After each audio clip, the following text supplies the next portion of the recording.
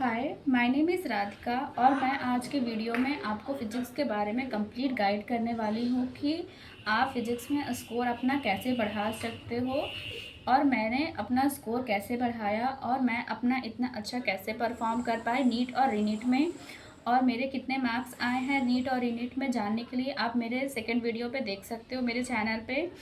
और मैं आपको कंप्लीट टिप्स और ट्रिक्स बताऊंगी कि आप अपना मार्क्स कैसे इम्प्रूव कर सकते हो, मैंने कैसे इम्प्रूव किया, मैंने कौन कौन सी गलतियां की थी अपने प्रिपरेशन पे, और सब कुछ मैं आपको बताऊंगी। और आप इस वीडियो को लास्ट तक बने रहना, कि देखते रहना कि मैंने क्या क्या बताया, और आप एक नोट डाउन करते रहो कि हाँ मेरे को भी करना है, और आप इस चीज़ को 2 से 3 दिन तक अप्लाई करो और डेफिनेटली आपकी जो चाहत है पढ़ने की वो काफ़ी ज़्यादा बढ़ेगी। और अगर आप नीट और 27 या 28 के प्रिपेयर कर रहे हो, 11th में हो या 12th में हो या ड्रॉपर हो, सबके लिए ये वीडियो काफ़ी यूज़फुल होने वाली है। और आप इसको यूज़ करोगे तो definitely you will increase your marks 100%। मैंने अपना मार्क्स इंक्रीज़ किया है। मेरे स्टार्टिंग मॉक टेस्ट में 30 मार्क्स आते थे और 30 मार्क्स से मैंने 175 तक इंक्रीज़ किया है। मेरे हाईएस्ट आज तक के मॉक में 175 हाईएस्ट रहा है। मेरे कभी 180 में तो 180 नहीं आए, but yeah 175 170 was almost every time I am getting in the mock test. तो आप इस को फुल प्रूवन है, तो आप इस वीडियो को लास्ट तक देखते रहना और बता के जाना कि आपके लिए यूज़फुल हुआ कि नहीं हुई। मीन्स आप 2-3 दिन बाद आना और कमेंट में बताना कि आपको कैसा लगा और ये हेल्पफुल रहा कि नहीं रहा। तो having said that we will start this video. तो बेसिकली अगर आपको फिजिक्स अच्छी करनी है तो पहली बात आपकी मैथ्स अच्छी होनी चाहिए। तो मैंने कहीं क्विट पढ़ा था कि mathematics is actually the supporting tool of the physics. तो आपकी अगर मैथ्स अच्छी है तो आपकी फ़िज़िक्स ऑटोमेटिकली अच्छी रहेगी। और अगर आपकी फ़िज़िक्स अभी अच्छी नहीं है तो उसका कारण मैथ्स भी हो सकता है, क्योंकि फ़िज़िक्स में काफ़ी ज़्यादा कैलकुलेशन होता है और कैलकुलेटिव पार्ट है। तो पहले आप वो अपना स्ट्रांग बनाओ, और अगर अगर आपका मैथ स्ट्रांग नहीं है तो आप अपना बेसिक मैथमेटिक्स वाला जो सेक्शन होता है फिजिक्स में, आप उसको काफ़ी अच्छे से करो और समझो। सब कुछ इम्पॉर्टेंट नहीं होता, बट हाँ आपको नॉर्मल कैलकुलेशन आनी चाहिए और अप्रॉक्सीमेशन आना चाहिए कि आप एग्ज़ाम हॉल में बैठ के या नॉर्मल जब क्वेश्चन लगा रहे हो तो आपका आंसर आए। थोड़ा बहुत कैलकुलेटर का यूज़ कर सकते हो। मेरी तो मैथ्स अच्छी थी स्टार्टिंग से ही, क्योंकि मैंने 12th में भी मैथ ले रखी थी, तो मुझे कभी ऐसा प्रॉब्लम नहीं होता था। तो वो पार्ट मेरा एक प्लस पॉइंट था। तो अगर आपका मैथ्स अच्छा नहीं है तो पहले आप अपने मैथ्स पे इम्प्रूव करो। बेसिक मैथमेटिक्स पे जो भी टॉपिक्स है, एलजेब्रा, बाइनोमियल एक्सपेंशन और अर्थमेटिक एक्सप्रेशन, ज्योमेट्रिक एक्सप्रेशन, वो सारे चीज़ों को अच्छे से पढ़ो और एक्सप्लोर करो कि वो सब आपको आप अच्छे से याद करो और अच्छे से करो, तो वो आपको काफ़ी ज़्यादा हेल्पफुल होगा। और मैथमेटिक्स तो काफ़ी ज़्यादा अच्छा रोल प्ले करती है फिजिक्स को अगर आपको इम्प्रूव करना है तो। और तो मैं कोई नॉर्मल चैप्टर पे आती हूँ कि मैं कैसे पढ़ती थी और मैंने अपने मार्क्स इम्प्रूव कैसे किए। तो लेट्स गेस काइनेमेटिक्स का कोई चैप्टर लेते हैं कि काइनेमेटिक्स चैप्टर है, उसमें मेरा क्या स्ट्रैटेजी होता था कि मैं स्टार्टिंग के 2-3 चैप्टर मेरे कॉलेज के बर्बाद हो गए। जैसे 11th के सबके तो बर्बाद ही रहते हैं, और अगर आप 11th में हो तो आप लोग के भी बहुत सारे चैप्टर्स ऐसे होंगे कि अच्छे नहीं हैं।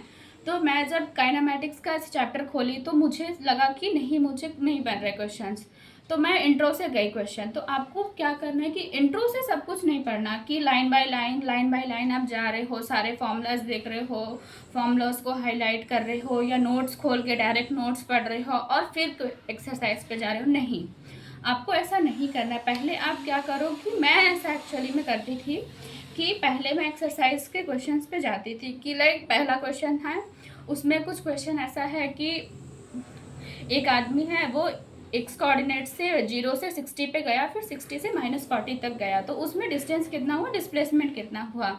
अब मैं ऐसा क्वेश्चन जाके बुक में खोजूंगी कि ठीक है ये एक क्वेश्चन है, ये बुक में कहाँ दिया हुआ है। तो जब आप ऐसे क्वेश्चन से टॉपिक पे जाते हो तो आपको अंदर बहुत ज़्यादा ऐसा क्यूरियोसिटी होती है कि अच्छा ये क्वेश्चन के बारे में कहाँ हमारे बुक में दिया है।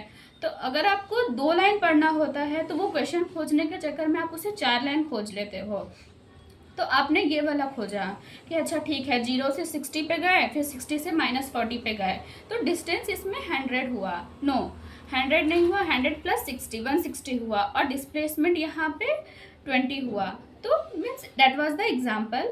तो आप ऐसे एक्सरसाइज को खोजते हो, तो जब आप खोज खोज के चीज़ों को पढ़ते हो तो वो काफ़ी ज़्यादा आपके मेमोरी में रिटेन भी होता है, और आपको दोबारा पढ़ने का भी मन करता है। और अगर आपने 2 लाइन पढ़ा उसके चक्कर में, तो आप 2 लाइन एक्स्ट्रा पढ़ लोगे कि खोजने के चक्कर में कि ये दिया कहाँ है, और आपको ऐसा बोर भी नहीं लगेगा। तो मैं बेसिकली ऐसे ही पढ़ती थी, और मेरे मार्क्स बहुत ज़्यादा ऐसे बैठे हैं। और जैसे से सेकंड क्वेश्चन कि एक आदमी है जो सर्कल पे घूम रहा है, तो वो अपना पूरा एक बार घुमा, फिर 2 बार घुमा, तो उसका डिस्टेंस और डिस्प्लेसमेंट। तो ऐसा क्वेश्चन पे फ्रेमवर्क में कहाँ बुक में दिया हुआ है, आप जाओ और चेक करो। जैसे डिस्टेंस का फॉर्मूला है कि 2πr × n, तो ये बेसिकली पता होता है डिस्टेंस का, लेकिन डिस्प्लेसमेंट का नहीं पता होता। लाइक कंप्लीट सर्कल का पता होता है 0 होगा, या ए से बी पे गया और अपोजिट है, डायमेट्रिकली अपोजिट है, तो 2r होगा। लेकिन नॉर्मली का नहीं पता होता कि कॉर्ड लेंथ का क्या होगा। तो कॉर्ड लेंथ का फॉर्मूला आपने ऐसे खोज लिया कि हाँ 2r sin θ/2 हुआ। तो हाँ, वो सब आपको ना ऐसे खोजोगे तो चीज़ें याद रहती है बहुत लंबे समय तक। और मैं भी ऐसा ही करती थी। मेरे को भी स्टार्टिंग में फिजिक्स के जो क्वेश्चंस थे वो नहीं बनते थे, तो मैं जाती थी ऐसे आगे से पीछे से एक्सरसाइज के क्वेश्चंस देखती थी, उसके बाद टॉपिक्स में जाके उसे सर्च करती थी, फिर नहीं तो नोट्स में सर्च करती थी। तो आप भी ऐसा करो, और 2 दिन आप करके देखो कि आपको अगर ऐसा करने में काफ़ी ज़्यादा मज़ा आएगा, और आप ऐसा ना लूज़ नहीं करोगे। जैसा लोग होता है ना कि मेरे से तो क्वेश्चंस ही नहीं बन रहे, और कि पहले नॉर्मली लोग गलती क्या करते हैं कि पहले नोट्स पढ़ते, जैसे टीचर्स ने आज कोई टॉपिक पढ़ाया तो नोट्स पढ़े, नोट्स पढ़ने के बाद वो मॉड्यूल तो पढ़ती ही नहीं है बहुत लोग, नोट्स पढ़े और उसके बाद डायरेक्टली क्वेश्चन पे जंप कर जाते हैं। तो उससे क्या होता है कि फिर क्वेश्चंस नहीं बनते लोगों को, क्योंकि जब वो नोट्स पढ़ रहे होते हैं तो उनको पता नहीं होता उस टाइम पे कि क्या इंपॉर्टेंट है, क्या इंपॉर्टेंट नहीं है, किस वाले टॉपिक से क्वेश्चन आएगा या नहीं आएगा। मीन्स 11th वाले को तो नहीं पता होता बिल्कुल, क्योंकि इनमें से मीन्स 10 पेज लिखा हुआ है नोट्स में, तो उनमें से कहाँ से क्वेश्चन बनता है वो बिल्कुल भी नहीं पता चलता। बट हाँ, क्वेश्चन से जब उस टॉपिक पे आते हैं तो समझ में आता है कि अच्छा हाँ इस वाले टॉपिक से क्वेश्चन आया है। मीन्स अगर आप रिलेट कर पाओ तो आपको पता चलेगा। 30 नंबर आते थे, तो मैं बहुत ज़्यादा ऐसा थी कि पहला मॉक टेस्ट देने के बाद कि मेरे 30 नंबर आए, और मेरा ऐसा हमारा एक रिजल्ट शीट आता था जिसमें रैंक 1, रैंक 2, रैंक 3, तो इसे हमारे 60 या 70 बच्चों की क्लास थी, तो मेरा उसमें बिल्कुल लास्ट में था, मीन्स बिल्कुल एंड में। तो वहाँ से मैंने अपना मार्क्स को इम्प्रूव किया है, और मैंने लास्ट से फर्स्ट तक भी मैं गई हूँ ऐसे इम्प्रूव करके, और इट वाज रियली हेल्पफुल। मेरी क्लासमेट्स लोग काफ़ी ज़्यादा ऐसे परेशान होती थी, नोट्स पढ़ के, मॉड्यूल पढ़ के फिर क्वेश्चन करने जाती थी तो उनसे नहीं होता था, बट मैं ऐसे करती थी और मुझसे काफ़ी ज़्यादा हेल्प मिलता था। फिर मैं उन्हें भी बताई तो उनको भी हेल्प मिला। तो आप इसको 100% ट्राई कर सकते हो। आप मेरे कहने पे 2 या 3 दिन इसे ट्राई करो। आप ऐसा होता है ना कि पढ़ते पढ़ते लोग इंटरेस्ट भूल जाते हैं, तो ऐसा करने से आपका जो पढ़ने में इंटरेस्ट है वो काफ़ी बना रहेगा, और आपको मतलब फिजिक्स से प्यार हो जाएगा कि हाँ मैं अब कर सकती हूँ, कॉन्फिडेंस आएगा और चीज़ें बहुत लंबे समय तक याद रहेंगी। और आप इसको ट्राई करके देखो, और इसके बाद आप अपनी मिस्टेक डायरी ज़रूर बनाओ, जो कि बहुत ज़्यादा इम्पॉर्टेंट है, जिसमें आप अपने मॉक टेस्ट जब देते हो तो जो भी क्वेश्चन गलत होते हैं उनको एक डायरी में नोट डाउन करो और हाईलाइट करो कि अच्छा इस क्वेश्चन से इस टॉपिक पे मेरे क्वेश्चन गलत हुए। मीन्स आपको ना कि बस मिस्टेक डायरी पे तो लिखना ही है, बट आपको उस टॉपिक पे भी जाके लिखना है, सर्कल करना है, हाईलाइट्स करना है, और वो काफ़ी ज़्यादा हेल्पफुल होता है। मीन्स आप जो अगर आज कर रहे हो ये आपको अभी नहीं हेल्प होगा, लेकिन जब आप जैसे 2027 जब पास आने लगेगा, जब आप अप्रैल में या मार्च में होगे और जब आपको बहुत ज़्यादा रिवीजन करना होगा, सिलेबस बहुत ज़्यादा होगा, तो आपको अभी जो छोटी छोटी चीज़ें हैं वो आपको बहुत ज़्यादा हेल्प करेंगी। उस टाइम पे तुम सारा कुछ नहीं रिवाइज कर सकते, लेकिन अगर आप ऐसे करोगे तो आपके मेमोरी में काफ़ी ज़्यादा देर तक वो रिटेन भी रहेगा। याद भी रहेंगी और आप कहाँ कहाँ गलतियाँ करते हो तो वहाँ से एनालाइज भी होगा। और आप ऐसा बिल्कुल ही मत सोचो कि मेरे गलत हो रहे हैं क्वेश्चन तो मतलब नहीं होंगे, तो नहीं, ऐसा नहीं है। मॉक टेस्ट में अगर आपके नंबर कम भी आ रहे हैं तो इट्स ओके, इट्स फाइन। आप अपनी गलतियों से सीखो और डेफिनेटली मार्क्स इम्प्रूव होंगे। मीन्स आपको अंदर से ऐसा होना चाहिए कि हाँ मुझे बढ़ाना है, ऐसा नहीं कि डिप्रेस हो जाना है उस चीज़ के लिए कि नहीं हो रहा नहीं हो रहा। बी पॉजिटिव, पॉजिटिव होके चीज़ों को खोजो, एक्सप्लोर करो। आजकल तो बुक्स में भी खोजने की ज़रूरत नहीं है। मीन्स मैं जब पढ़ती थी तो मैं ऐसा हॉस्टल में थी तो मेरे पास स्मार्टफोन नहीं था उस मोमेंट पे, तो मैं बुक्स में ही खोजती थी। लाइक एक्सरसाइज हुआ तो उसका जो रिलेटेड टॉपिक है तो मैं जाके ऐसा बुक्स में खोजी। अगर बुक्स में नहीं मिला तो मैं अपने क्लास की कोई टॉपर से पूछती थी कि मेरे को एक्सप्लेन कर दो। अगर वो नहीं एक्सप्लेन कर पाई तो फिर मैं टीचर्स के पास जाती थी। मीन्स मैं थोड़ा शर्माती थी टीचर्स के पास जाने से स्टार्टिंग में, फिर मैं यूज टू हो गई।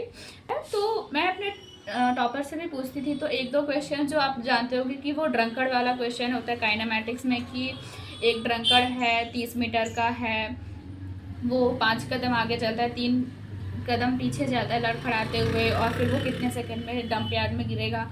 तो ये क्वेश्चन मेरे टॉपर ने मुझे काफ़ी अच्छे से एक्सप्लेन किया था और मेरे को अभी तक वो याद है और मैं अपने क्लासमेट को भी ये ट्रिक बताई हूँ। मीन्स टीचर्स ने जब एक्सप्लेन किया तो मुझे बिल्कुल भी नहीं समझ में आया, लेकिन she is explain me in a beautiful sense. तो आप अपने क्लासमेट्स का हेल्प ले सकते हो गाइड करने के लिए। और be gentle when you are asking the question to them and respect them also. तो एक चीज़ और, हाँ, कि आप जो अभी मेहनत कर रहे हो आप आज के लिए नहीं कर रहे हो, वो आप अपने फ्यूचर के लिए कर रहे हो। और अगर आप नीट 27 के लिए प्रिपेयर कर रहे हो तो बी पेशेंट, सब कुछ अच्छे से होगा। और बूंद बूंद से ही घड़ा भरता है। और आप अच्छे से मेहनत करते जाओ, डेफिनेटली आपके मार्क्स इम्प्रूव होंगे। कोई शॉर्टकट्स नहीं अपनाना है आपको, अपने अंदर जो पढ़ने की चाह है वो जगानी है। और जो सिली मिस्टेक्स होते हैं वो मैं नेक्स्ट वीडियो में डिस्कस करूँगी कि उसको कैसे डील करना है। और बाकी की नई वीडियोस देखने के लिए please subscribe my channel and thank you so much for watching. नमस्ते।